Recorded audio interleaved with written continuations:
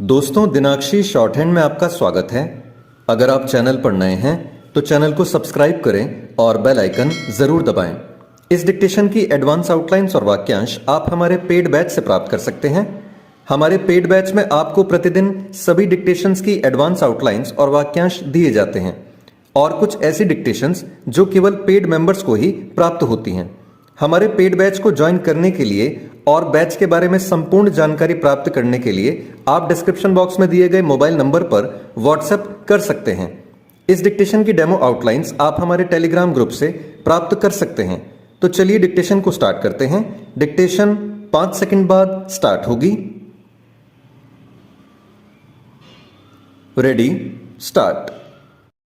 15 दिनों तक चले स्वच्छता ही सेवा अभियान में करोड़ों लोगों के सम्मिलित होने और 8.5 लाख से अधिक स्थानों पर सफाई किए जाने का आंकड़ा उत्साहित करने वाला है। यह यही बताता है कि स्वच्छता को लेकर लोग जागरूक हो रहे हैं और साफ सफाई को लेकर अपने दायित्वों को समझ रहे हैं। 15 दिनों के स्वच्छता अभियान के अंतर्गत गांधी जयंती के एक दिन पहले यानी 1 अक्टूबर को साफ सफाई के लिए 1 घंटा देने की प्रधानमंत्री ने जो अपील की थी वह भी प्रभावी दिखी। इस अपील के चलते जिस तरह देश भर में नेताओं, अधिकारियों के साथ आम लोगों और विशेष रूप से छात्रों समेत करोड़ों लोगों ने सार्वजनिक स्थलों पर साफ सफाई में सहयोग दिया, उससे यही पता चलता है कि प्रधानमंत्री की बात लोगों को प्रभावित और प्रेरित करती है। इससे उनकी लोकप्रियता भी रेखांकित होती है।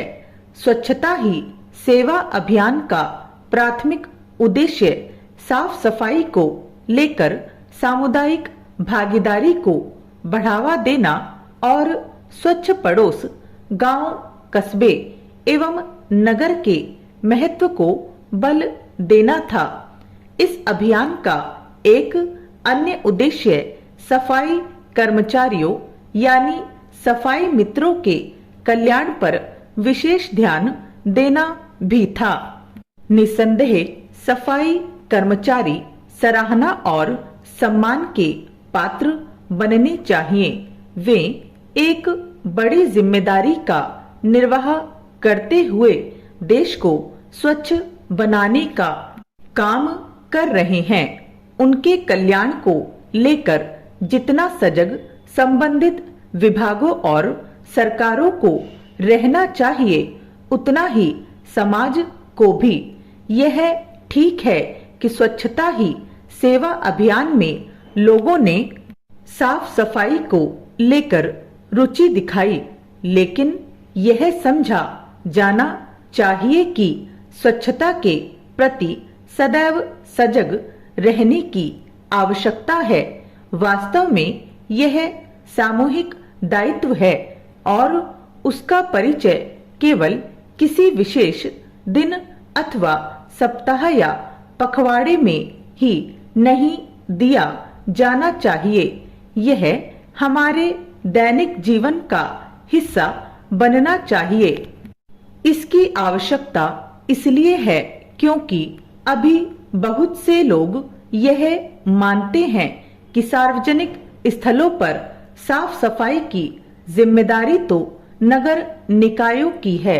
यह सही है कि कचरा निस्तारण की जिम्मेदारी नगर निकायों की है और इस दिशा में अभी काफी कुछ किया जाना शेष है, लेकिन हमारे सार्वजनिक स्थल साफ सुथरे रहें, इसकी चिंता देश के हर नागरिक को करनी होगी और उन्हें इसमें अपना योगदान देने के लिए भी तत्पर रहना चाहिए।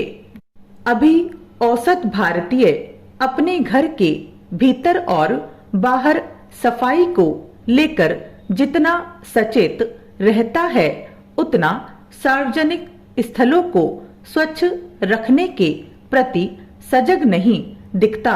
दुनिया के जो भी देश साफ सफाई के लिए जाने जाते हैं, उनकी सफलता का राज यही है कि वहां के आम नागरिक सार्वजनिक स्थलों पर गंदगी न फैलाने को लेकर सचेत रहते हैं।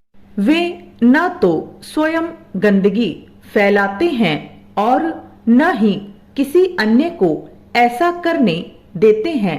यह आदत हम भारतीयों को भी अपनानी होगी। इसी से भारत स्वच्छ बनेगा और तमाम बीमारियों से भी बचा रहेगा।